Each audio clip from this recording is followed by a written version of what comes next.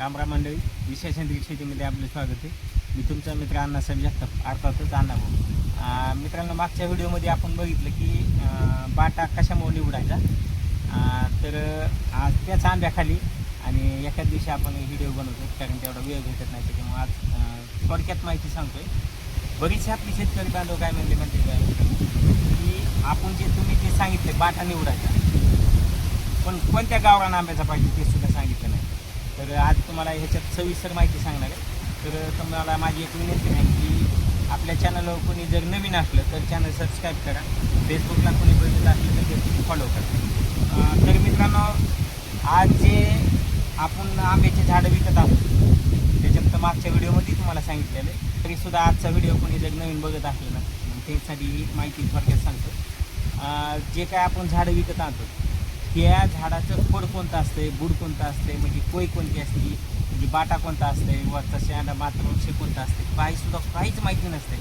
डोळे झाकून ते पुढच्या विश्वास ठेवतो तर आपण झाडं विकत आणतो तर बाग तयार करतो. मग 4-5 वर्षांनी पुन्हा आपल्याला समजते की आपला गाडा इथंच फाटलाय, आता काय पर्याय नाही. मग गाडा फाटला का तिथून पुढं काहीच करता येत नाही. मग त्याच्यामुळं नवीन जे आपले शेतकरी बांधव नवीन बाग तयार करावे त्यांच्यासाठी खरंच महत्त्वपूर्ण व्हिडिओ तुम्ही शेवटपर्यंत बघा.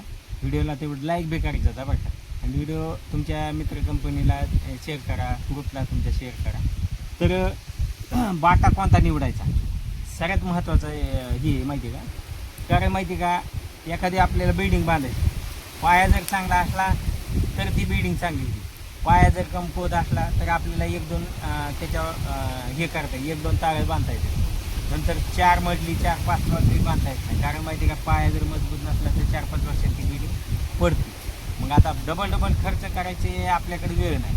ही बिल्डिंगचं जाऊ द्या, पण ही बाग जर आपल्याला डबल खर्च करून नवीन तयार करायची म्हटलं आता ती दिवस राहील नाही मित्रांनो. येणारा काळ भयंकर आहे. मी प्रत्येक व्हिडिओमध्ये सांगतो, कारण माहिती आहे का, येणारा काळ खरंच भयंकर आहे. त्याच्यामुळे तुम्हाला एक गोष्टी आता तुम्हाला पुढे सांगण्याचा प्रयत्न करेन, पण तुमच्या लक्षात येईल. आता बाटा निवडी त्यांनी ते झाड बघायचं, कोणतं गावरान झाड किती वर्षाचं आहे आणि त्याला दरवर्षी फळधारणा होतात का.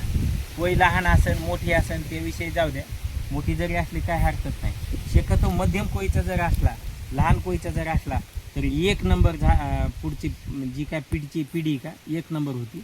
कारण माहिती आहे का, ती झाड जे असतं हे झाड, ह्या झाडाचं जर आपण कोय निवडली मोठ्या झाडाची, आता ही 200 वर्षाचं झाड आहे, त्याचीच आपण कशामुळे निवडतो की त्याची लाईफ लई लांबची, म्हणजे जास्त दिवसाची, आणि त्याच्यावर जर आपण कलम जर बांधला तर त्याचे खालचे गुण त्या वरच्या गुणात येतात. म्हणजे आपल्याला कोणत्या बी ह्याचं असू द्या, म्हणजे तुम्ही ह्या बाटा टाकल्याच्या नंतर ह्याच्यावर जे झाड उगतं, ह्याच्यावर उगवलेला कोंब आहे का, हे कोंब असा पिळत निघत नाही, फास्ट निघतो.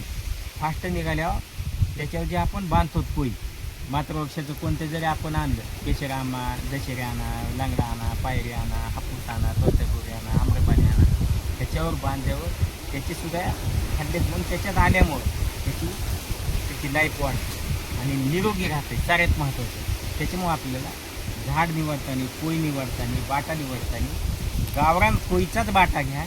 आणि जर तुम्हाला जर तुमच्या भागातला जर एखादा जुना आंबा जर असला त्याचंच निवडा. कारण मग खूप महागवायच्या आणि कशातून घ्यायच्या आपल्याला. बरेचसे आपले शेतकरी बांधव म्हणतात की अण्णाभाऊ, जर केशरचे आंबे आणले आणि ते जर लावले आणि त्याच्यावर जर आम्ही कलम बांधलं तर जमतंय का? जमतंय, पण त्याची लाईफ कमी राहते, ती निरोगी राहत नाही, त्याच्यावर आजार पडते, म्हणजे रोगराई पडते, खोडकीड लागते. बरेचसे आपले शेतकरी बांधव बागा खोडकिडीने खलास केल्या. मग ती आपल्याला होऊ नये म्हणून आपल्याला बाटा चांगला निवडायचा आहे, बाटा गावरांचाच घ्यायचा आहे. आणि जर आपल्या तुमच्या भागामध्ये शेपे आंब्याचा जर बाटा भेटला तर 1 नंबर बाग तयार होती. कारण माहिती आहे का, शेपे आंब्याचं बुड आहे का असं खरबुड राहत नाही, असं मऊ सुटसुटीत राहतं. जसं जांभळीचं खोड आहे का तसं त्याचं मऊ सुटसुटीत राहतं. त्याच्यामुळं खोडकीड त्याला अजिबात लागत नाही. जर जर झाडं, आता एवढं मोठं झाड आहे 200 वर्षापूर्वी, खोडकीड प्रकार माहितीच नाही ह्या झाडाला. ह्याचं झाड बघा, बुड बघा तुम्ही, असं मऊ सुटसुटीत आहे. मग तसं जर आपल्याला हे जर बाटा जर निवडला तर म्हणजे शेप्या आंब्याचा किंवा गावरान आंब्याचा, जे आंबट, एकदम आंबट, तुम्हाला आणखी सोपी भाषा करून सांगतो, एकदम आंबट आंब्याचा जर आपण कोई बाटा निवडला आणि त्याच्यावर जर आपण कलम जोडला तर 1 नंबर बाग तयार होती. त्याच्यामुळे आपल्याला ती बाग पिढ्याने पिढ्यात चालते. मागच्या व्हिडिओमध्ये सांगितले, प्रत्येक व्हिडिओमध्ये तुम्हाला सांगतो, पिढ्याने पिढ्यात चालवायची असली तर असेच बाटे निवडायचे. तुमच्या जवळच्या झाडाचे घ्या, कुठून मागवायची गरज नाही, काहीच नाही. माझ्याकडून सुद्धा घेऊन आला.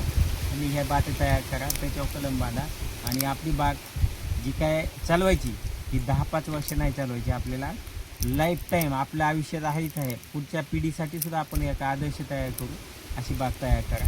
तर मित्रांनो, व्हिडिओ नक्कीच तुम्हाला आवडला असेल. आवडला असलं तर नक्की लाईक करा, शेअर करा, चॅनलला सबस्क्राईब करा.